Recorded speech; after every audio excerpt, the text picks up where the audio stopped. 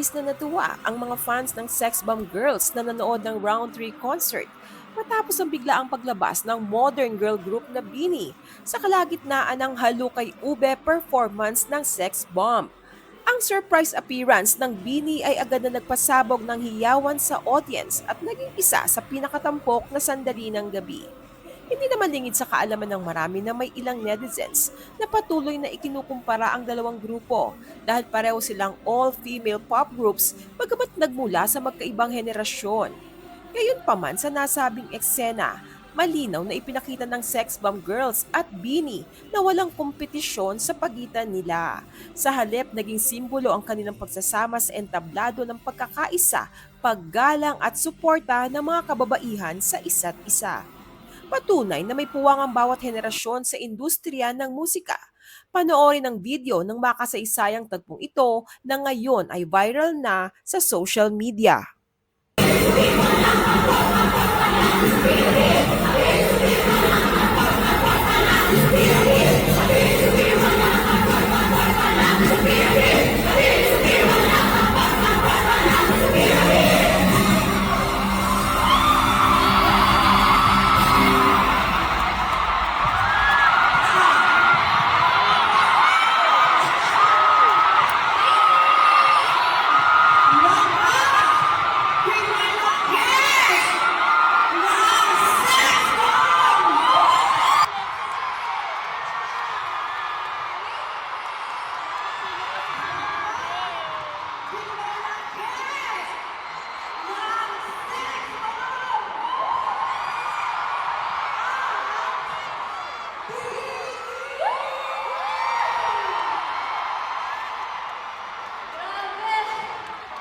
Nagulat kayo, no?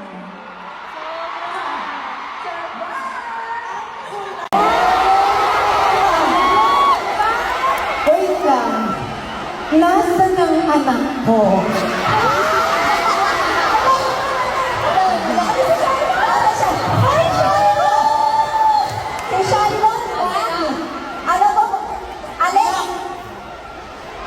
Makikita mo si Mami? Ay, Anak, may hugot. eto. Anong masasabi mo na? Sabi, yung anak ko, Kasi hindi ko sinabi sa kanya na may bini. Sorry anak. I love you anak, pero Ate Ro, kwento mo kasi sa Bini, bakit mo sinasabi yun kay Shiloh? Sabi ng Bini, ano po? Sabi, ano po? ang haba ng Ang story. haba. panoorin niyo po yung interview niyo.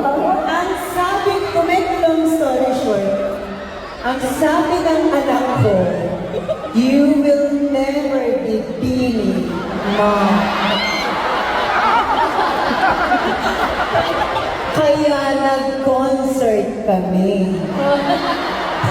Shiloh, napagastos kami. Hindi, alam mo, dahil sa anak ko, kaya ko nakilala ang Bini. Yeah! At dahil dyan, kinikilig na rin ako. Thank you po. Marami niyo po kami.